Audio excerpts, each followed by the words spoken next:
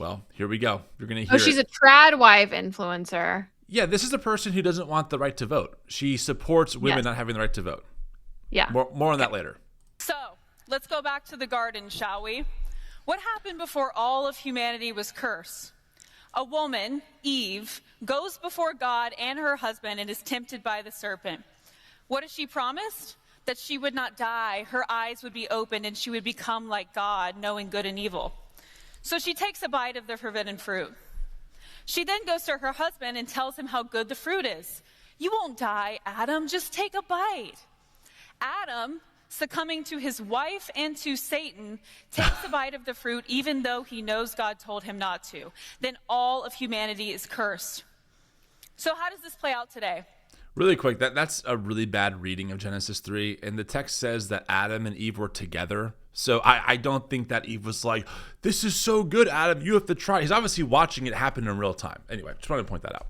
Satan still rules over the earth, and he uses tools like the media to specifically target us as women through emotional propaganda. Oh, that's not actually a baby. It's just a clump of cells. It's okay. You can just get rid of it. You can't afford to have a baby right now. Your happiness is the most important. The forbidden fruit is the media. You notice how there's literally an apple with a bite taken out of it on your phone? It's not a coincidence. Eve represents us as women of the West. I'm sorry. It's not a coincidence. It's not a coincidence that the apple in the Apple logo and the unnamed fruit in Genesis 3, the myth of Genesis 3, direct correlation, guys.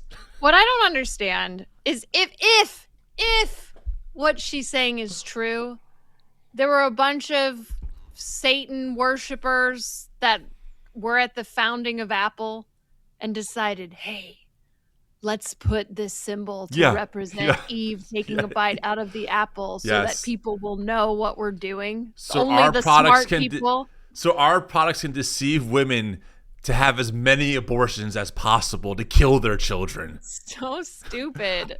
Also, the serpent, this is not Satan. The text does not say that the serpent is Satan. Again, this is Evangelical Theology 101. It is not solid theology. And then the application, apple? Oh, God. Also, the Bible doesn't say it was an apple. That's what I'm saying. It's an unnamed fruit. It's just a fruit. And no, I'm sorry. I got to say the quiet part out loud. These stories are not literal. They did not really happen. They are created stories to promote meta-narratives of how the earth came to be and the human condition. Every tradition has them. The fact that we even play this game with these people, trying to argue about Genesis 1, 2, and 3, which Genesis 1 and 2 are different creation stories. Genesis 3 has nothing to do with this narrative that this person's putting forward. And then she links it to 2,000 years later to a modern tech company named Apple to prove to her audience that the media is lying to them about abortion.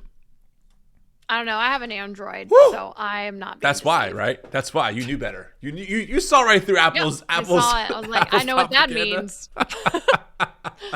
Let's keep going. Look at the fruit, the media, and just cannot resist it. And Adam represents the weak Western man who says, happy wife, happy life, and does whatever she says instead of what God says. We have completely reversed God's design. Instead, what society should look like is this. Tell us. God is above everything. The man listens directly to God. The woman listens to her husband because he follows God. And the woman is stomping on the head of the serpent. They start clapping after that. So I guess women can't have a relationship with God? I guess they're so feeble-minded that the man has to... April, help me. How does this work? I don't know. I'm really weirded out that she said women weren't above children and said that women are stomping on the head of the serpent, which honestly sounds pretty badass. No, that part is. Yeah. Boom, boom, boom, boom, So, like, women are the ones doing the fighting in this. You're doing the work while men... Yeah. It doesn't make... None of this makes any sense. Why are we spending so much time even trying to understand what is obviously unintelligible? I mean, this is unintelligible on so many levels. It's... Okay. So, we're not done with her, though. Marriage is the ultimate representation of Christ's love for his church. That is why they hate it so much. You've been told that there are no good men left. April, they are the liberals. And as a liberal man, that's why I'm not married and have not been for 10 years with 2 children.